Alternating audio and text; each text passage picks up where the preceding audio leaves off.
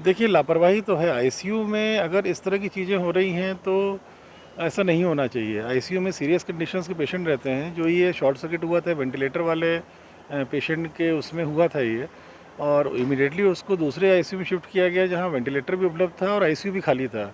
अगर ऐसी कंडीशन रहती है कि वो वेंटिलेटर खाली नहीं होता या आईसीयू खाली नहीं होता, उस स्थिति में उस व्यक्ति की एक बहुत बड़ा उसके स्वास्थ्य को लेके बहुत विपरीत परिस्थितियाँ निर्मित हो सकती थी।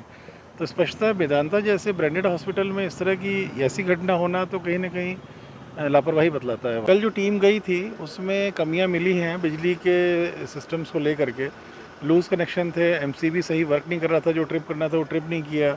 जो 2 मशीनें लगी हुई थी, एक वेंटिलेटर वाली मशीन पे ओवरलोडिंग के कारण ये हुआ था, पर उस सर्किट में एक ही वायरिंग की जो सर्किट था उसमें जो मशीनें लगी थी उनका लोड उस वायर की इलेक्ट्रिकल कैपेसिटी से ज़्यादा लोड था उस पे, और दोनों मशीनें चली तो उसमें लोडिंग हुई। पहले से भी लोडिंग हुई होगी, धीरे धीरे वीक हो जाता है जब बार बार इस तरह का ओवरलोडिंग होती है, और वो शॉर्ट सर्किट हुआ। लूज़ कनेक्शन भी था साथ में।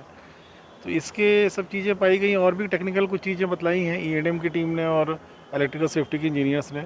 रिपोर्ट सबमिट हो गई है, तो अभी इनको मेदांता को बोला है कि आप आईसीयू में कोई भी नया एडमिशन नहीं लेंगे।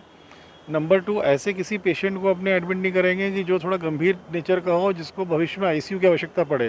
क्योंकि अगर नॉर्मल वार्ड में भी अगर कोई भर्ती ऐसा होता है सीरियस से भी सीरियस नेचर का पेशेंट, और उसको आईसीयू आवश्यकता पड़ती है, तो आईसीयू में जब तक ये सब जांच नहीं हो जाए पूरे अस्पताल की है बिजली की, तब तक उनको प्रतिबंधित किया गया है।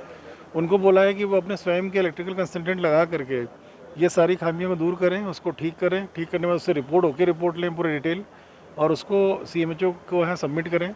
और उसके बाद फिर हमारी इलेक्ट्रिकल इंजीनियर्स की टीम उसको जांच करेगी, सही पाएगी तो फिर इनके एडमिशन चालू होंगे।